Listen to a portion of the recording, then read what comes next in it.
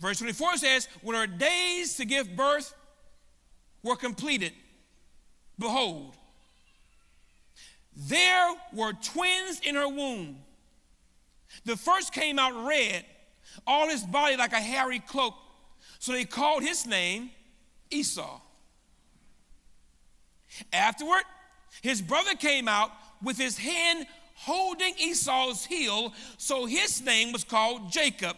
Isaac was 60 years old when she bore them. So Isaac said, you know what? There is snow on the roof.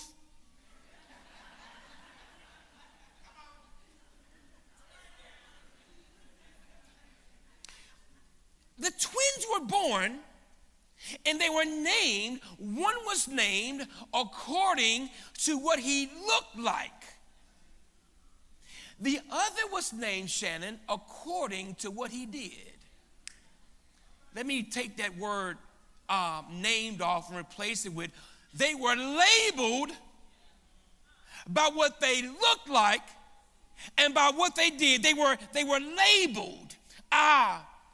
He was red and hairy, so I'll label you Esau. He cuts his brother's heel, so I'm gonna call you Jacob.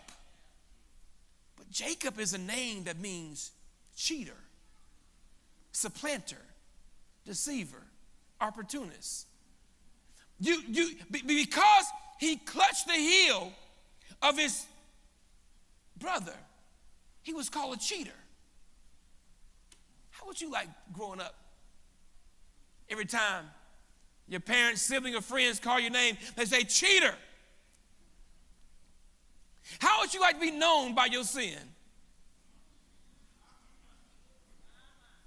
Yeah, can I pull in your drive? How would you like to be known by your sin? What if God put your sin on blast and made that your first name? This is the life of Jacob. They called him by what he did. But God called him blessed, but he did something of a cheater. So instead of giving him a name that reflects who God said he was. Jesus.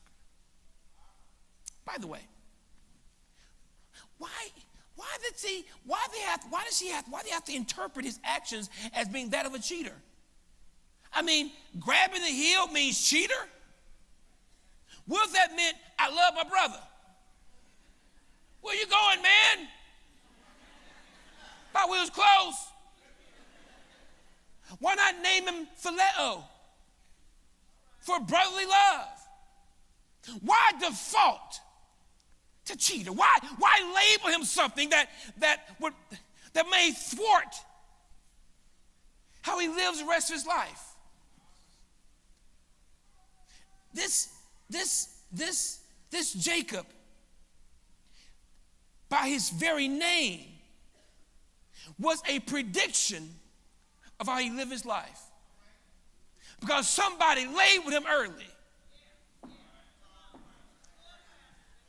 Someone labeled him early, and it's going to impact how he lives the rest of his life. The Bible says in verse 27, when the boys grew up, Esau was a skillful hunter, a man of the field, while Jacob was a quiet man, dwelling in tents. Isaac loved Esau because he ate of his game, but Rebekah loved Jacob. And here we see the beginning of Jacob's problems. Here we see the beginning stages of what's going to be wrong with Jacob. I am assuming them to be approximately around 16 years young. So 16 years have elapsed between verse 26 and 27. 16 years at least have passed by, and now we can deduce from the text that Isaac, he loved Esau because what Esau could do. Esau could feed him. Esau could catch a deer. And based on what Esau could provide the father loved the son because of what the son could do. His love for Esau was attached to Esau's performance. We see the beginning of Jacob's problem because how hard might it be to grow up knowing that you are not meeting your dad's expectations.